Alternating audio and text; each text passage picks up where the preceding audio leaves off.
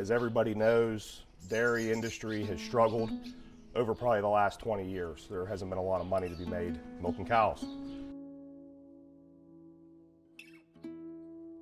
So about 3 years ago, I was approached by an attorney friend. Well, actually before that, a friend of mine that's an attorney in Elwood City said, "Hey Mike, I think there's a big catch going to be on this hemp."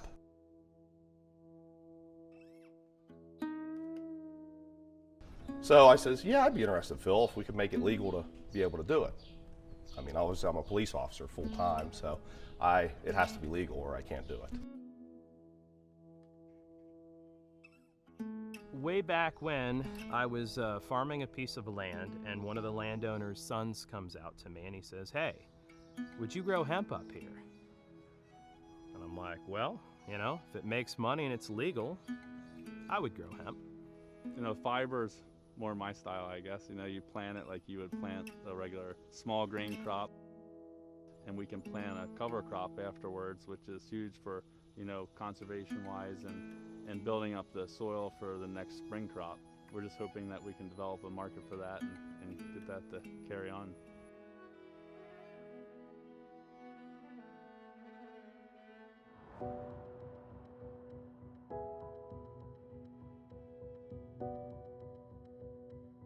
Our farms in Pennsylvania are first generation and 10th generation. They're Amish, they're English, they're dairy, they're crops, they're hemp, they're markets.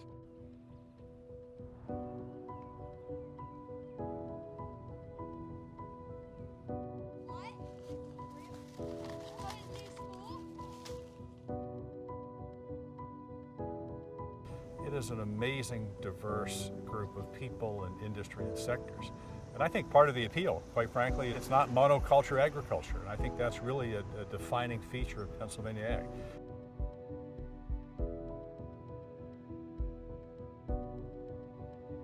The hemp industry is creating a whole new energy in agriculture.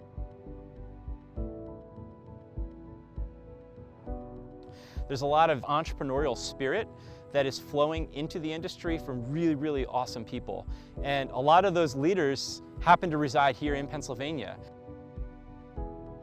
I always said I probably should have been born into a farm family, but was not. So I was lucky enough to join forces with the Hicks brothers.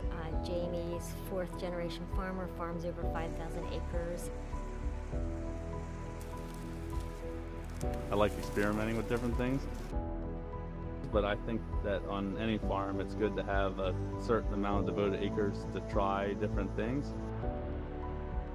And so if we can put this hemp crop into a rotation, you know, it just diversifies our business that much more.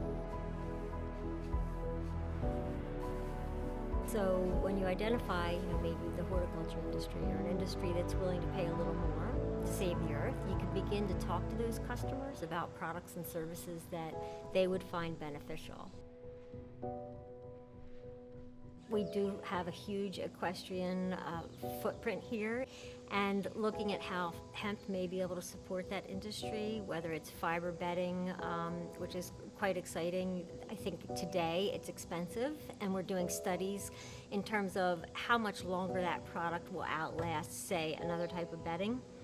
So it's kind of exciting to be bringing to our community opportunities where these other industries that surround us benefit from the work.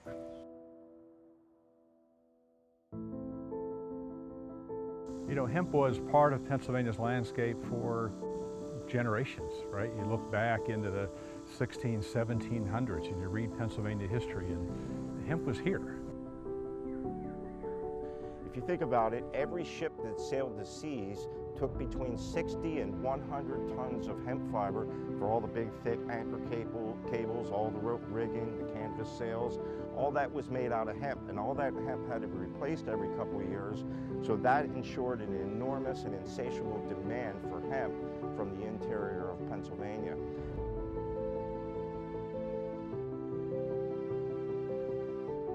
Hemp can be used in so many different things. It can replace so many different things, and hemp's renewable.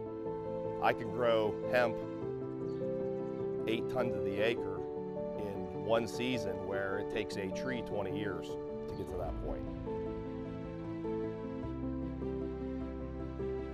most farmers enjoy farming, but they need to make money. I mean, in the end, would anybody go to work if you didn't make a buck?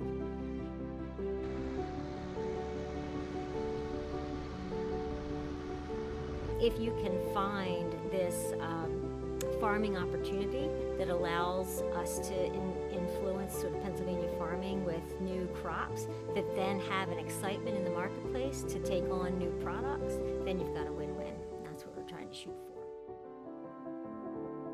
We're an interesting sort of nexus of high-quality farmland with agricultural knowledge, manufacturing knowledge,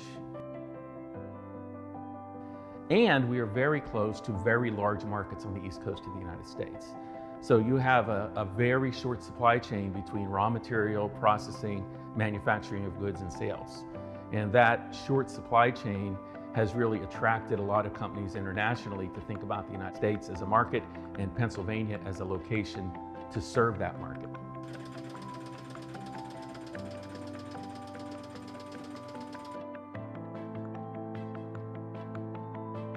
So the students are attracted to hemp research because they think that they're working on something that will then help mankind long term. So it's been exciting just to see like where can we use hemp to our benefit, and in creating these like hemp reinforced bioplastics, we can make stronger plastics than if you were just to use PLA or any other plastic option.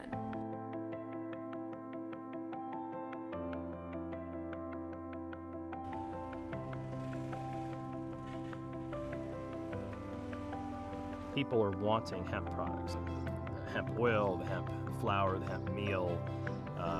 We need that to be able to go into the animal system to feed animals.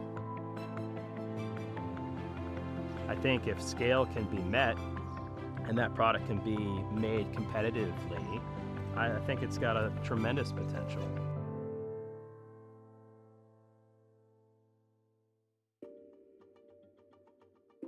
Very often we can't demonstrate to the larger public where we intersect in their lives, right? We're on their plates several times a day. We care for the landscape that's all around us. But sometimes, the public doesn't appreciate where we show up in agriculture. Pennsylvania Hemp House. This is one of those projects where you can directly link the farm community who's growing the products with those who are using and consuming that product. And I think that's a really nice story about building capacity, building community. It's not just about the things we say and what we do, it's actually the real construction, the physical material of building things in that community that make a real connection. I think that is one of the great opportunities for agriculture in our story, but also the hemp industry is making that direct connection between what we grow, what we consume, and how we use it. But how does it change their lives? And you can do that through the Pennsylvania Hemp House.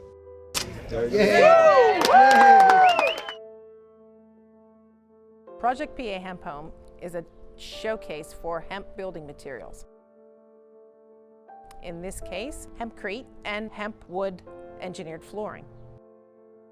This was really the first, full-scale retrofit of a residential home here in Pennsylvania with hempcrete in general, let alone with the spray application process.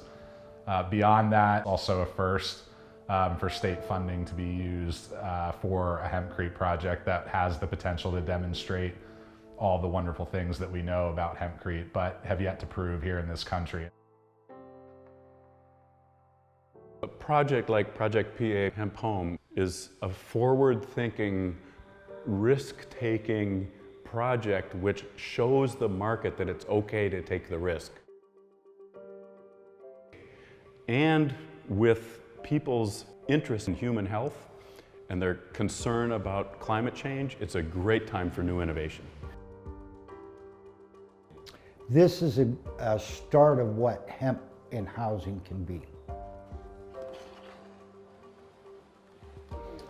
The flooring that we're sitting on was grown at a farm 15 miles from our location.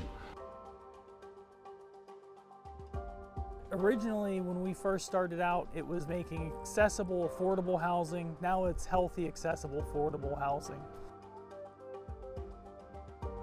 The people who are living here aren't going to be breathing in the chemicals made from the petrochemicals from the carpet fibers, the other materials that go into normal construction of homes.